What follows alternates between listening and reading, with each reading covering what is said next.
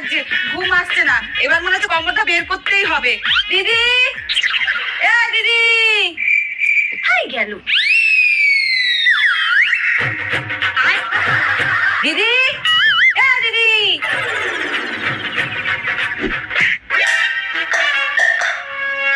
এই মাছিস কেন? এটা কি করছিস? আরে খুব ঠান্ডা লাগছিল তো, তাই গা গরম করছিলাম। আমার কম্বলটা একটু বের করে দে না। চল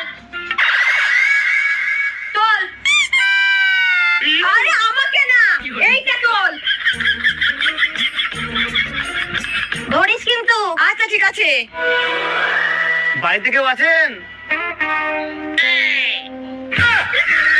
হ্যাঁ বলুন। এখানে ঝুমা ঘোষের বাড়ি কোনটা? ও, ঝুমা বৌদির বাড়ি ওই তো পাশেরটা।